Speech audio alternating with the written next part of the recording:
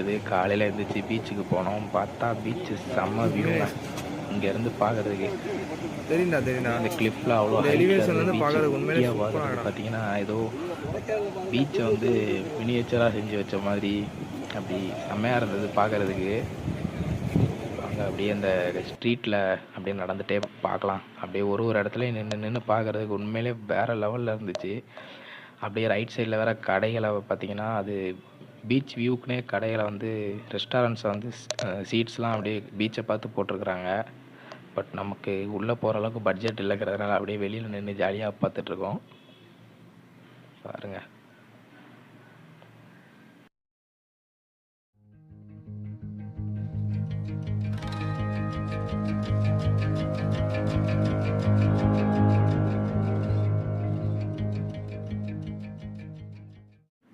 தூரத்துலேருந்து பார்த்தது போதும், சரி உள்ள கடற்கரை